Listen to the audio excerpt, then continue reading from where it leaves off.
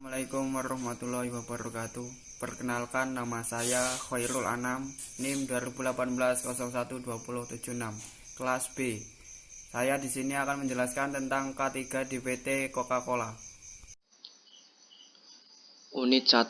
Membantu pemenuhan perundangan dan persyaratan lainnya. 1. Pasal 27 ayat 2 Undang-Undang Dasar 1945. Tiap-tiap warga negara berhak atas pekerjaan dan penghidupan yang layak bagi kemanusiaan.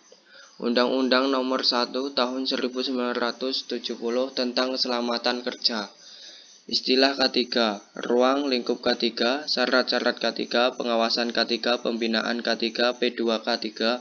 Untuk menegakkan hukum, PT Coca-Cola harus melakukan pengawasan terhadap setiap unit kerja. Pengawasan dilakukan dengan aman dan mengikuti prosedur petunjuk kerja.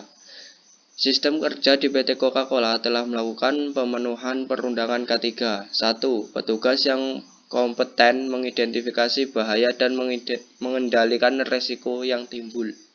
2. Terdapat prosedur kerja yang terdokumentasi dan tertera di setiap unit kerja. 3. Melakukan pertemuan setiap 6 bulan sekali untuk membahas dan membangun K3 sebelumnya. 4.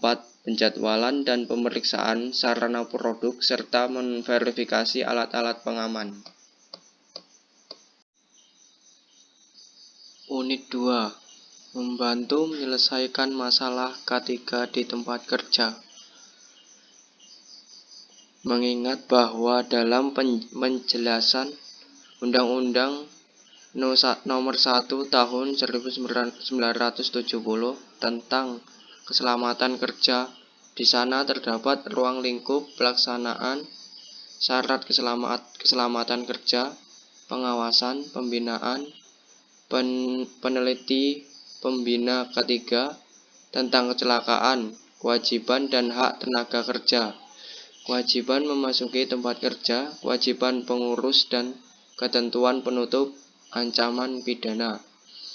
Mengidentifikasi bahaya-bahaya yang sudah ada atau yang potensial, termasuk tindakan-tindakan selamat. Dalam tugas-tugas yang sedang dilaksanakan, mengidentifikasi kondisi-kondisi kerja yang tidak selamat, berbahaya terhadap keselamatan dan kesehatan karyawan dan lingkungan. Mengidentifikasi setiap ketidakpatuhan terhadap aturan-aturan dan kebijakan K3, termasuk perilaku yang beresiko. Diberi kewenangan melakukan tindakan segera untuk mempertahankan lingkungan kerja yang sehat dan selamat. Unit 3.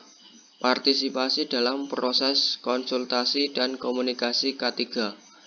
Ahli K3 melakukan diskusi dengan tiap-tiap divisi tenaga kerja perusahaan guna membahas penerapan K3 untuk diterapkan di dalam perusahaan.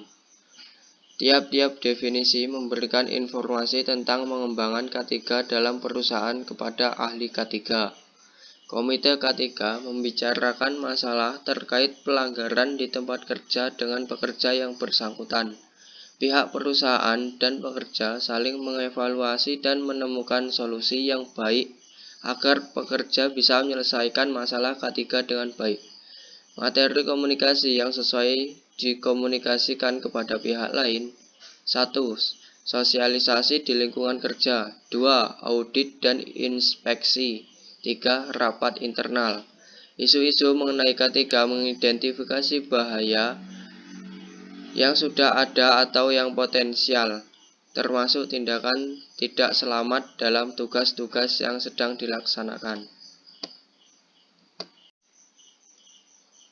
Unit 4. Memberikan kontribusi dalam penerapan sistem manajemen K3.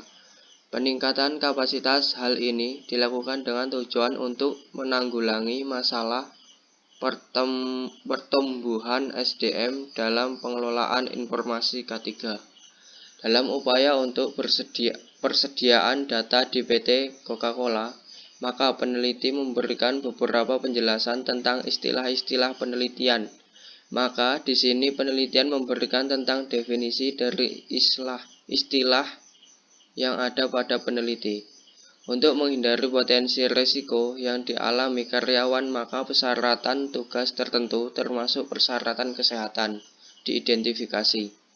Penugasan pekerjaan harus berdasarkan kemampuan yang dimiliki setiap personil agar dapat memaksimal memenuhi persyaratan peraturan K3.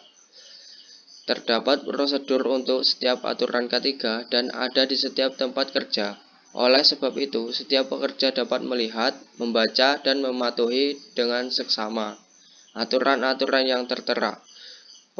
Prosedur dan petunjuk ini berlaku bagi semua pihak yang berada di PT Coca-Cola tersebut.